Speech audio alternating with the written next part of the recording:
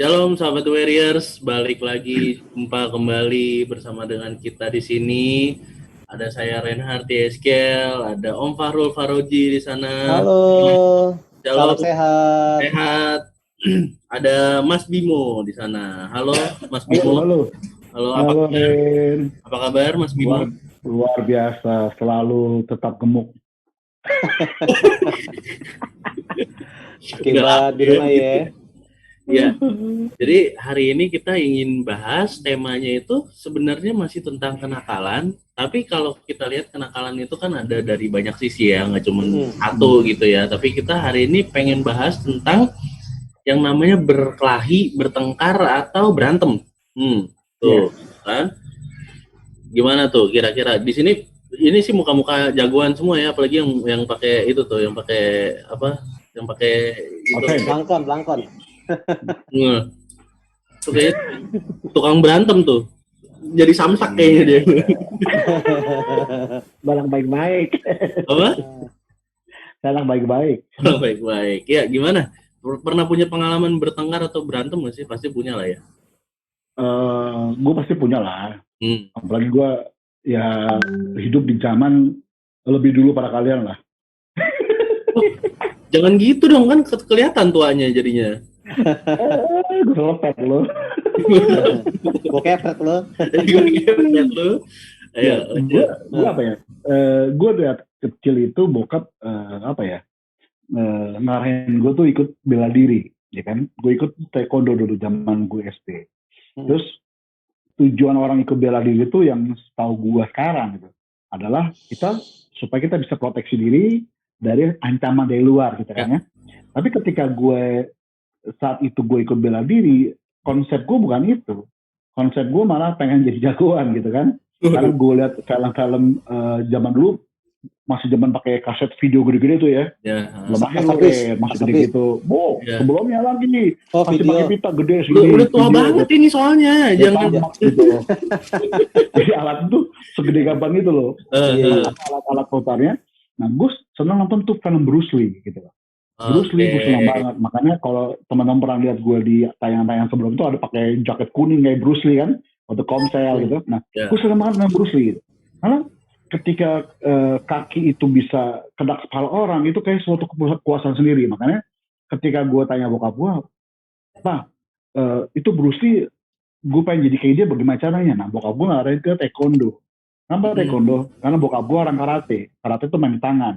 Nah, taekwondo main di kaki. Ya, betul. Nah, betul ya, main di kaki. Akhirnya gue belajar taekwondo dengan abang gue, ya. Terus abis latihan kita mau praktek, gitu kan. Akhirnya setiap kali abis latihan, ya.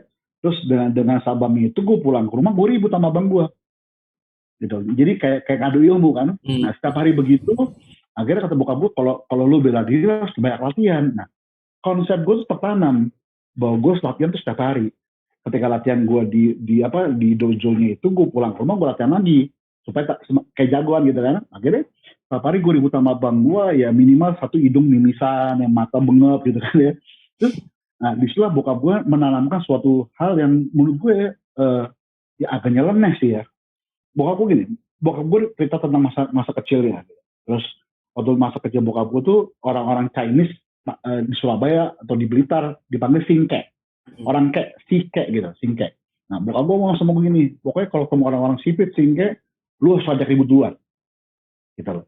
Dibanding lu dipukul, lu harus pukul duluan. Karena gue tertanam kayak gitu, berarti kan, kalau orang-orang Chinese itu minimal jago kungfu gitu kan ya. Nah, gue agar cari musuh gitu kan, cari musuh. Nah, kembali tuh gue sampai di sekolah dasar gue itu ada teman gue Chinese namanya Sony ya. Itu agak gemuk. Gue kurus banget waktu itu. Mungkin segede Faru lebih kurus lagi.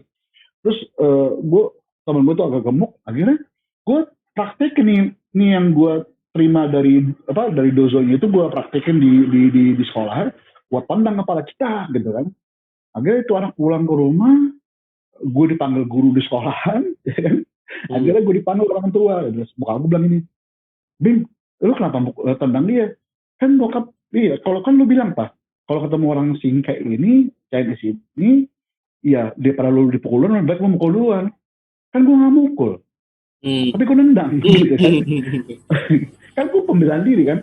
Akhirnya ribut lah itu, akhirnya gue dari situ gue banyak hal terjadi, gue sering berantem. Nah, gue paling seneng tuh berantem tuh satu lawan satu. Gue nggak pernah suka tawuran.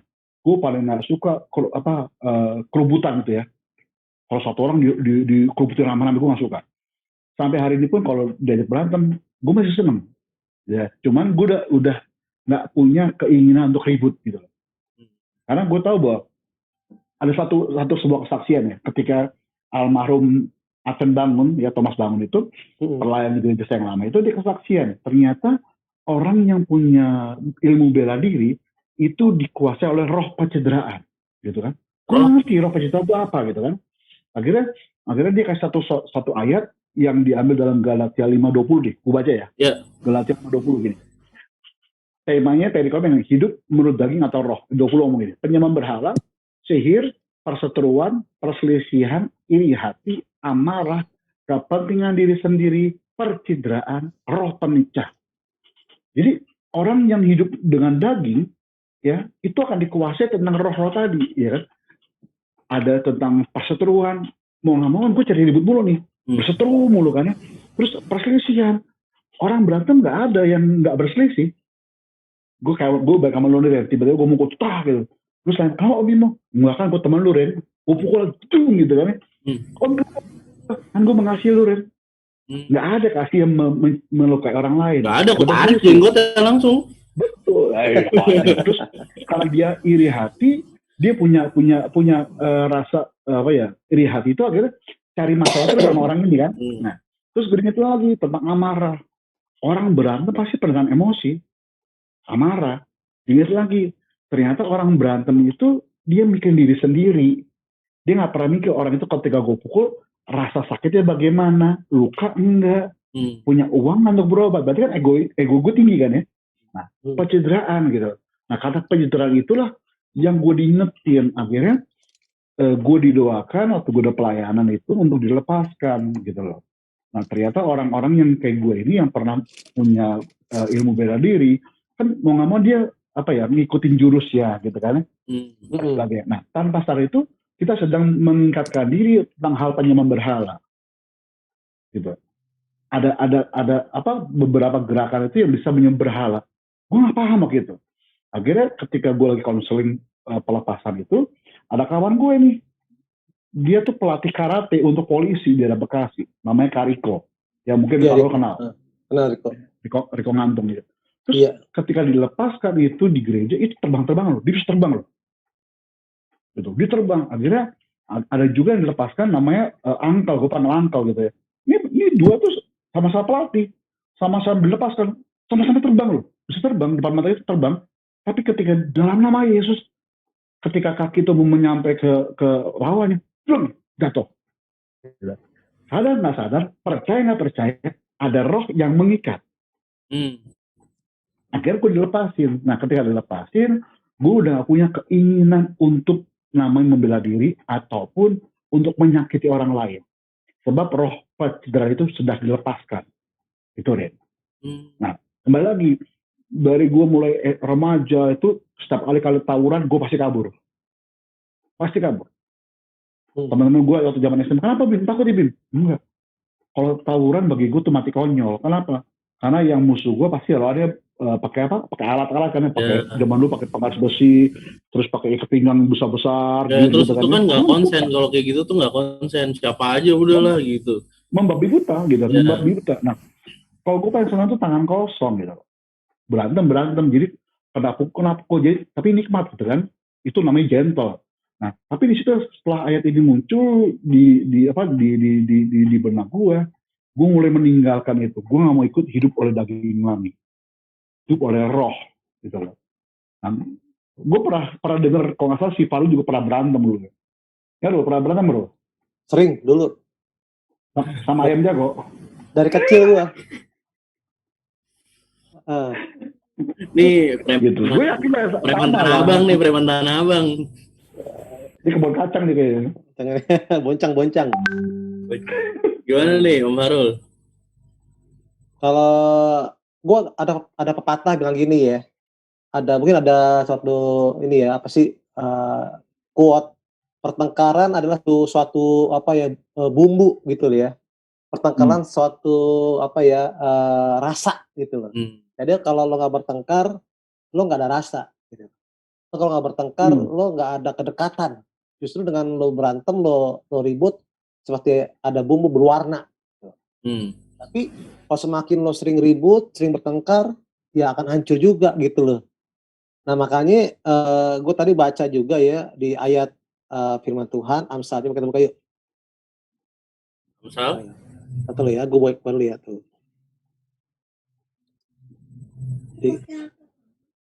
Nah, tunggu, gue lupa di mana ayatnya. Tapi di situ dibilang gini, lo kalau amarah, lo berantem, lo sama juga seperti buka air keran gitu loh. Intinya gitulah di Amsal pasal 15 gue lupa. Nah, jadi ibarat kata lo kalau lo marah, lo sama buka keran air.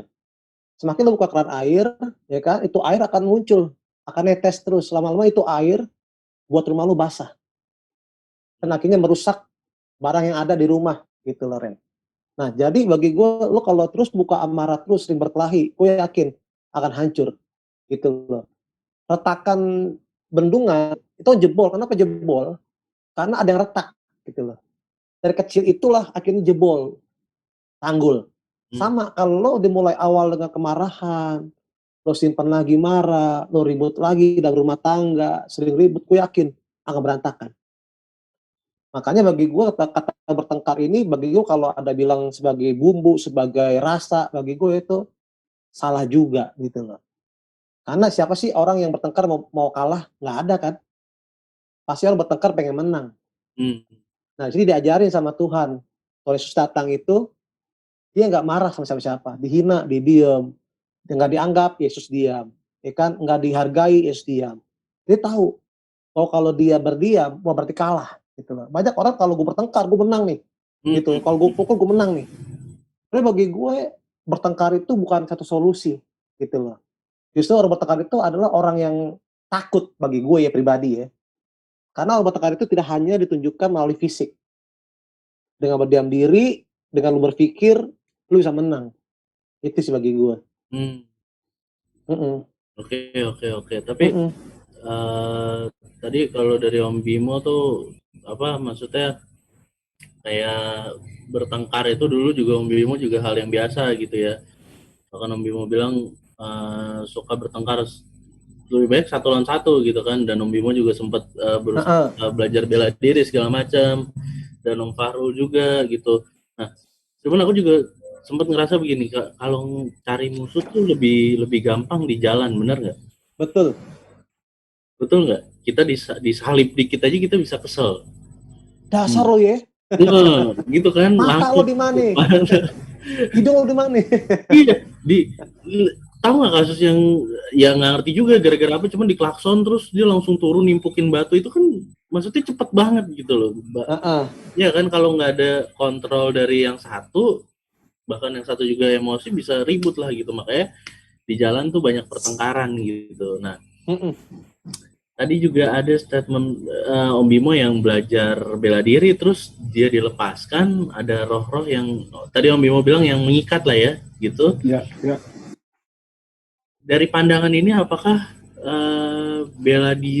belajar bela diri terus untuk anak-anak yang masih kecil sekarang nih, buat para orang tua kan, apakah sebaiknya dianjurkan atau lebih baik mencari kegiatan yang lainnya? Menurut Om Bimo nih yang udah pernah ikut bela diri. Kalau begini, kalau emang dia punya powernya banyak ya, tenaganya banyak ya. Terus orang bilang, udah ikut bela diri aja supaya tenaganya dapat salurkan. Loh, masih ada kok cabang-cabang olahraga yang lain yang nggak menyakiti orang lain, gitu loh. Yang nggak menyakiti diri sendiri, gitu kan. Kayak kemarin kan kita sempat berkunjung ke rumah Pesta Wijaya kan ya. Ternyata beliau pun salah satu atlet taekwondo gitu kan ya. Sampai ada fotonya dia bisa lurus kakinya di pintu kusen gitu kan ya. Itu keren gitu kan ya. Tapi ternyata banyak orang yang dengan dia belajar bela diri, dia sedang fokus kepada egonya ya. Ego bisa lo, gue keren lo ya. Dan sebenarnya banyak cabang-cabang olahraga masih bagus kok gitu. Kenapa nggak sepak bola? Kenapa nggak basket? Kenapa nggak futsal dan sebagainya? Yang paling bagus catur, Om. Waduh. Nggak capek. Catur gorengan sama kopi, Om. Takut capek Om Bimo. Takut capek. Enggak. Ngangkat kuda, ngangkat benteng. Benteng, keluncur. Gue capek. Jadi gini, banyak orang kan gini, kenapa sih anaknya ikut bela diri? Supaya nggak dikerjain di tengah jalan, supaya nggak dibully, supaya nggak bla bla bla bla gitu kan ya. Karena ini sekarang kriminal tinggi dan sebagainya. Loh, kenapa nggak diajarkan tentang kasih? Ya. Gitu loh. Nah kan tadi gue bilang tentang kisah gue kan ya, bokap gue udah menanamkan suatu hal yang membenci orang lain. Kenapa bukan menanamkan hal kasih gitu loh. Kalau hal kasih dari awal saya yakin, saya nggak mungkin ikut bela diri, saya nggak mungkin nendang teman saya tadi si Sony kan. Nggak mungkin saya ikut berantem satu lawan satu. Karena saya tahu ketika orang itu ditanamkan suatu hal yang membenci orang lain, akan muncul namanya amarah. Konsepnya berarti dia cari musuh, cari lawan, tapi bukan cari kawan. Kayak tadi bilang kan ya, akhirnya apa? Ketika dia dimanapun dia berada, bukan hanya di gym atau di sekolah, di jalan raya pun akan ada namanya tadi bilang apa? Bilang pertikaian kan ya, amarah. Kenapa? Karena dia nggak bisa self control, gitu kan? Dia nggak bisa memanage amarahnya, anger manajemennya. Apapun yang dihadapi pasti bermasalah. Emosinya, ya. Mau nggak mau ketika emosi tinggi, tensi pasti tinggi, gitu loh. Terus banyak orang bilang, lu jangan marah-marah sama gue tensi gue tinggi, ya nanti gue marah. Salah. Kalau lu bisa menahan amarah lu, emosi lu, tensi lu akan tetap stabil, gitu. Jangan dibalik, gitu. Nah, saya pun akhirnya saya tipe orang yang gampang marah, gitu, gampang tersulut waktu itu ya. Lalu saya doa sama Tuhan ketika saya bertobat sama Tuhan, jadikan aku orang yang sabar, gitu kan ya, supaya aku bisa menjadi orang yang penuh kasih. Ternyata Tuhan kirimkan orang-orang yang di sekitar gue itu gak ada yang sabar, Ren. Iya, betul. Kan lu bilang ketika gue di mobil, gue paling suka balapan mobil. Terus gue paling gak bisa disalip orang. Tiba-tiba mobil gue disalip, udah bertobat nih. Refleks gue masih ada. Gue buka jendela gue. Kata si Farla bilang, dasar lu. Lu A, lu B. Gitu kan ya. Akhirnya apa? Akhirnya di situ gue belajar. Belajar apa bagaimana caranya? Ketika gue bisa kontrol diri gue dengan baik, akhirnya gue menjadi orang yang sabar hari ini. Lu bully gue ketawa-tawa. Terus Filio sering ngejain gue ketawa-tawa. Kenapa? Gue udah belajar untuk memanage emosi gue, gitu loh. Nah, tentunya tadi seperti Galatia 20, ketika emosi lu bisa dikontrol, amal lu bisa ditekan ya, tentunya ada kasih Tuhan, akhirnya kita nggak mementingkan ego sendiri lagi. Kita memikirkan bagaimana orang lain, peduli sama orang lain, mengasihi musuh kita gitu loh, Rian. Oke. Ya, ini sih banyak kejadian sih sama anak-anak muda, apalagi Om Bimo ya. Maksudnya gini, ketika mereka ada satu momen gitu yang bisa memang berkelahi, terus tiba-tiba mereka nggak lakukan, kan merasanya waduh gue kalah nih gitu. Aduh kalah dari dia nih gitu. Nah, gimana nih, apa sih yang kira-kira pesannya Om Bimo nih atau Om Fahrul buat anak-anak muda, kayak misalkan yang tadi aku bilang, ketika posisi berkelahi terus mungkin Tuhan nggak mau itu, terus diingetin jangan gitu, tapi dalam hati dia nih, aduh kalau gue nggak melakukan gue dinilai cupu dong nih, gue kalah dong nih, gimana tuh? Ada pesan-pesan nggak? Kalau gue sih gini ya, kenapa orang berkelahi ya? Pertama ingin diakui sih, Ren. Ya, itu benar. Dalam lingkungannya itu penting tuh, identitas diri gitu loh. Lu waktu gue SMA itu, kenapa gue ribut, gue waktu SMP udah SMP SMA sering ribut gitu loh, karena gue pengen dianggap ada gitu loh. Zaman dulu tuh kalau di sekolah tuh, lo kenal nama ini nggak? Kenal tuh, nah pasti gitu kan, namanya identitas diri. Nah justru kalau orang yang ribut itu disegenin gitu, merasa hebat gitu loh. Jadi bagi gue tuh, pertama kenapa orang sering ribut, identitas diri ya. Yang kedua, kenapa dia suka ribut, karena dia nggak mau dianggap sepele gitu loh. Nah ketiga, pengen dianggap keren. Nah jadi kenapa orang ribut dalam masa mudanya dimanapun, ya itu pengen dianggap ada gitu loh, sebagai status. Nah pesan gue sih bagi anak-anak muda, bagi siapapun ya, bertengkar itu bagi gue bukan suatu solusi gitu loh. Karena hari ini kan ada hukumnya ya, hukum negara ya. lo kalau ribut mukul orang ya, dipisum lu penjara. Lebih baik sebelum lu bertengkar, lu pikir dulu deh, gitu. Itu hukum dunia ya, hukum Tuhan. Ya lo kalau mau ribut, lu mikir, lo hamba Tuhan atau bukan? Nah makanya dalam 2 Timotius pasal 2 ayat 24, hamba Tuhan itu tidak senang bertengkar, ramah. Nah jadi cuma 2, hamba setan sama hamba Tuhan. Kalau lo masih ribut, sering bertengkar, dipertanyakan, lo hamba Tuhan, lo orang percaya, atau lo hamba setan? Itu aja sih bagi gue. Oke. Itu sih. Tadi aku nangkep satu ya, berarti pengakuan dari orang ya. Mungkin Yes. itu juga masukan. Sebenarnya kalau sekarang ini di zaman modern seperti ini ya, pengakuan dari orang kan kita bisa dengan prestasi kita justru sekarang. Betul. Mungkin kita bisa masukin video kita di YouTube untuk nyanyi atau apa sebagainya. Itu mungkin jalan keluar yang lebih bagus ya ketimbang daripada berkelahi atau gimana ya, Om Farul ya. Yes. Tapi kalau zaman sekarang sih, zaman sekarang sih kayaknya kalau untuk ribut, untuk tawuran tuh kayak udah nggak ada deh. Gue lihat ya, udah langka. Tapi kalau zaman gue mau bingung tahun 90-an gitu ya, itu masa-masa dulu tuh masa-masa memang pengen pengakuan diri gitu ya. Makanya setiap hari tuh kalau gue sekolah tuh, pulang sekolah nggak pernah langsung pulang, pasti gue nongkrong di Kebayoran Lama, di pasar tuh, nongkrong, main dingdong, tawuran, ya kan? Karena pengen dianggap ada. Zaman dulu tahun 90-an ya. Tapi kalau sekarang sih udah nggak ada kayak sih, udah jarang kayak gitu sih. Sebenarnya sekarang masih ada, cuman karena lagi pada sekolah di rumah aja, jadi tawurannya online. Betul. Bisa Tawurannya di komen-komen loh. Iya, tawurannya lewat komen loh. Nah, tawurannya pakai netizen tuh jaring. Bahaya tuh komen-komennya tuh. Banyak loh. Oh, gitu. Komennya tuh menyakitkan gitu loh. Menyakitkan hati orang lain. Betul. Betul. Ada pandangan. Berarti perangnya nggak hanya fisik ya sekarang ya? Nggak ada, pakai perkataan. Bener, zaman dulu fisik, sekarang non fisik. Iya, kok komennya tuh tajam-tajam gitu loh. Lambi turah. Aduh. Ada pesan-pesan nggak buat anak muda nih? Gila, pesan saya cuma satu. Kalau kita nggak bisa kontrol diri, yang rugi itu kita sendiri. Ya, kalau kita nggak bisa kontrol diri, yang rugi kita sendiri. Itu sangat gue pegang sampai hari ini. Karena itu ketika bokap gue bertambah usia menjadi dewasa, umurnya pun bertambah ya, hikmatnya pun bertambah gitu kan ya. Nah, ketika bokap gue udah mulai umur 50-an, bokap gue mengarahkan gue untuk menjadi orang yang bijak gitu kan.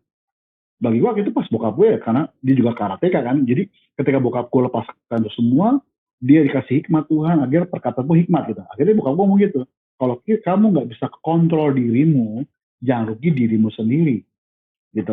Itu gue pegang sampai hari ini. Makanya kenapa ada orang debat sama gue tentang teologi ya, tentang kita, gue nggak pernah mau debat gitu. Kenapa? Gue kontrol diri. Karena gue nggak mau yang rugi gue sendiri gitu kan. Makanya sebelum gue ucapkan kata-kata, sebelum gue ketik pesan apapun juga, gue pasti kontrol diri gue dulu. Itu sih, Ren. Ya, betul banget. Kalau ngomong-ngomong masalah nggak bisa kontrol diri, merusak, akhirnya namanya tadi apa, Om Bimo? Nggak bisa kontrol diri, merusak diri sendiri. Kan banyak videonya juga tuh yang kayak, aku pernah lihat yang mereka berdua berantem nih di pom bensin lah ya, sama-sama bawa mobil. Jadi yang satu mungkin nggak sabaran atau gimana lah ya, itu dia rela nabrakin mobilnya ke orang yang berantem sama dia, jadi dia tabrakin gitu lah. Itu kan sebenarnya kalau kita lihat hal yang konyol, pada akhirnya dia juga harus ngebenerin mobilnya lagi, jadi double gitu. Nah itu yang mungkin Om Bimo bilang tadi, nggak bisa kontrol diri, akhirnya dia merugikan diri sendiri seperti itu. Nah, ada bagusnya memang kita sekarang harus mengontrol diri gitu kan. Cuman mengontrol diri ini kan butuh butuh yang namanya belajar, nggak bisa cuman sekali dua kali kan. Pasti kayak misalkan kayak Om Bimo lah yang sekarang udah bertobat gitu kan. Juga awal-awalnya kan yang tadi Om Bimo bilang pasti sempet lah diuji dengan, ketika baru ingin bertobat, diuji lagi dengan orang yang mancing kesabaran kita kan, seperti itu kan. Pernah kejadian sih, Ren, 2015 kalau nggak salah ya. Gue baru punya mobil baru ya, terus tiba-tiba gue di daerah Rawasari dekat STMT itu, perempatan Rawasari, mobil gue berhenti nih, tiba-tiba sebagai gue ada mikrolet nih, Ren, ya, orang Medan itu, mikrolet. Pas gue jalan, dia buka pintu, jadi pintunya dia itu masuk di telah pintu belakang gue. Akhirnya kenalah tuh lampu mobil gue. Terus gue turun, gue bilang, Pak, pintu kenal. Malah dia nyolot gitu, bahasa gue nyolot kan. Ya. Dia parah bada lah orang Batu bilang. Dia muka malah yang ngemop gue duluan. Loh, Pak, itu mobil, pintu kena mobil saya. Akhirnya dia dorong pintu kena barang saya, turun gitu. Dia ngajak berantem. Terus tiba-tiba saya tuh bukan terpancing, tapi ada dorongan untuk meresponi, kita meladeni. Terus tiba-tiba kaki saya tuh refleks, kaki saya udah pasang kuda-kuda. Terus ada orang ngomong sama saya, ya, tuh agak rame tuh. Pak Pendeta Bimo sabar, Pak Pendeta Bimo sabar. Gitu. Ada yang ngomong kayak gitu tuh. Gue yakin orang itu gak kenal gue. Terus tiba-tiba ada besi, ada yang lempar di kaki gue. Gitu kan. Jadi ketika itu gue ujian berat bagi gue, gue ngikutin keinginan daging gue, ya, atau ada perkataan roh yang ingetin gue pendeta. Gitu. Akhirnya gue gak ngapa-ngapain, Pak, kita urus kantor polisi, Pak. Gitu. Tapi dia mobil itu kabur, mikrolet itu saya kejar. Terus tiba-tiba di dekat lapo-lapo orang Batak itu, ya, terus dia turun lagi pakai bahasa itu ribut. Terus bilang gini, mobil saya ditabrak, mobil saya rusak, ganti. Dia nggak terima, dia kabur lagi tuh mikrolet, ya. Terus di tengah jalan saya potong mobilnya, terus dia berasa didorongin plak gitu. Ya. Saya cuma refleks karena dia lebih kecil, ya, dia Daud, saya Goliat gitu ya. Terus karena saya cangkiwing itu memegang baju yang ini supaya orang ini sabar gitu. Terus orang ini saya angkat, gitu loh. Saya angkat, terus ada orang bilang, Pak, bawa ke polisi ya Pak, yuk kita bawa polisi. Nah di polisi akhirnya, polisi tahu saya pendeta, saya kasih tahu, saya nggak berniat ribut, tapi orang ini cari ribut, gitu kan. Akhirnya di kantor polisi didamaikan, orang ini harus ganti rugi. Nah itu pun ujian, Ren. Gue jadi pendeta, Ren. Gue ngikutin perkataan roh yang tiba-tiba, Pak Pendeta, sabar Pak Pendeta, gitu ya. Atau ngikutin daging, ada besi di kaki gue udah pasang kuda-kuda gitu. Kata gue bilang, gue background gue bela diri, kaki gue udah kuda-kuda gitu. Cuman gue bisa kelola nggak emosi gue itu, gitu loh. Nah itu ujian tuh sabar ya, karena orang hidup pas banyak ujian, yang mati udah nggak ada ujian. Gitu Re. Iya betul. Iya jadi untungnya Om Bimo bisa melewati ya ujian ya saat itu ya. Iya betul. Itu kan berat juga tuh kayak wah gue itu kan ya sama aja kita ujung-ujungnya ngalah kan udahlah ayolah gitu kalau pengen diladenin mas sebenarnya bisa aja ya Om Bimo ya.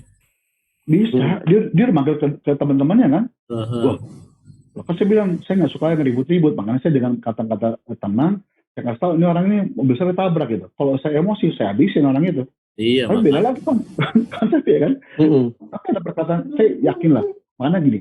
Ibaratnya katakan ingat kita itu akan bayar saksi seperti awan gitu kan. Nah saksi itu bayar seperti awan itu ngingetin kita kok.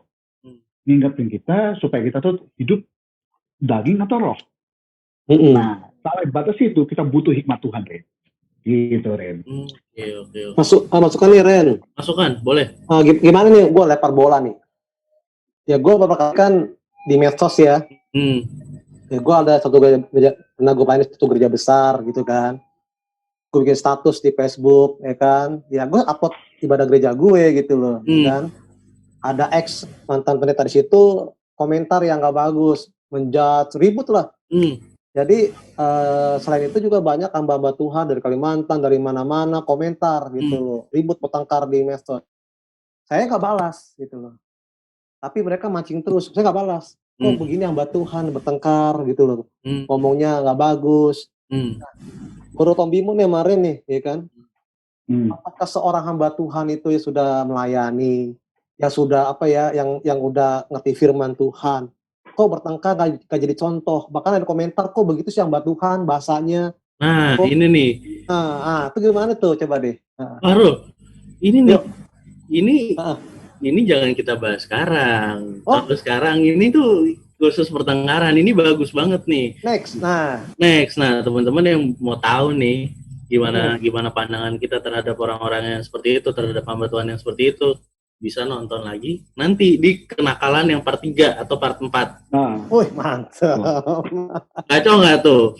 Bisa Tambah kopi kita lagi satu nih. kenakalan tuh banyak banyak cabang-cabangnya loh. bentuknya, Yang banyak jadi bentuknya. kenakalan itu cuma satu. Iya, dugem tuh kenakalan, onani kenakalan gitu. Iya. Free sex tuh kenakalan. Kita kan Ributan bahas di semua. media sosial ini juga udah Kenakalan.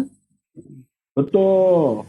Nah, nanti Kenakalan. kita akan bahas nih. Nah, sekarang Ah, mau tutup dulu nih pakai quotes nih. Dari Om Farul dulu deh. Kan gue udah tadi. Sekarang Farul belum. Iya, Om Farul.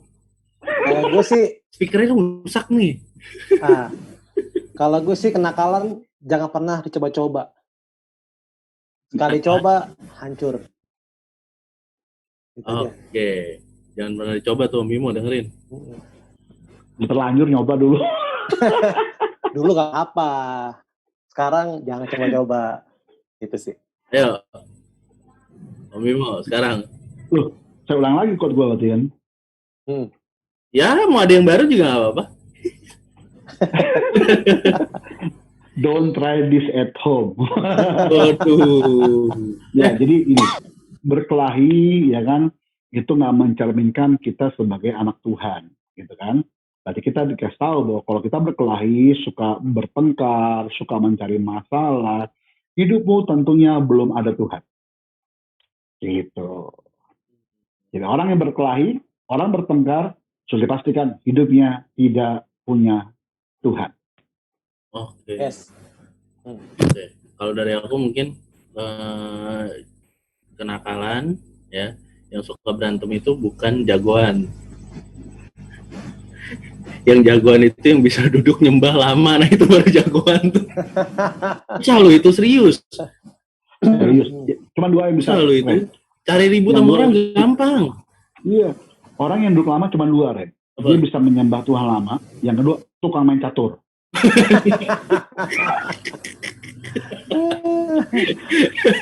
Bisa aja. Oh iya, tukang main catur juga duduknya lama ya. Bisa. Ya udah, thank you ya Om Bimo, Om Farul.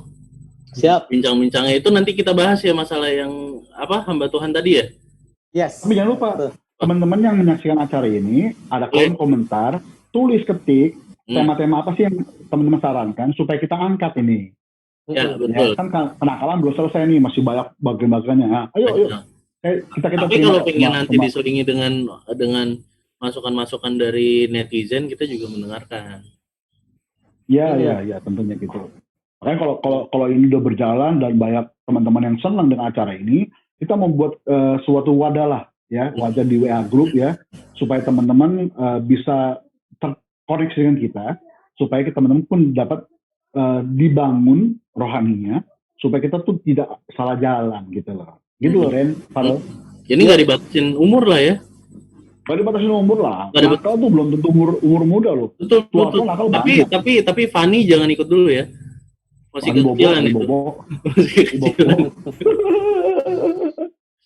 Ya udah, buat teman-teman sahabat The Warriors yang suka dengan konten kita ini, karena konten on the way ini nggak cuma ada kita doang ya. Kalau kita ikutin tuh banyak konten-konten on the way yang lainnya. Ada yang mulai ngobrolin kesehatan, makanan-makanan yang dilarang tuh. Terus ada lagi dokter, Pak Dokter yang ngobrolin kesehatan juga di hari Senin. Jadi kita ada dua nih ya, ada dua dokter ya, yang satu ngomongin kesehatan makanan, yang satu ngomongin kesehatan jasmani nih, tubuh nih ya. Terus ada lagi masalah penyembahan tuh. Ada kita, Man of God, ada yang wanita-wanita tuh. Wanita yang apa jeng-jeng itu. Nah, tuh. Yang ada 3 orang juga tuh. Woman of God. Emak-emaknya Tuhan. Iya. Jangan lupa disaksikan.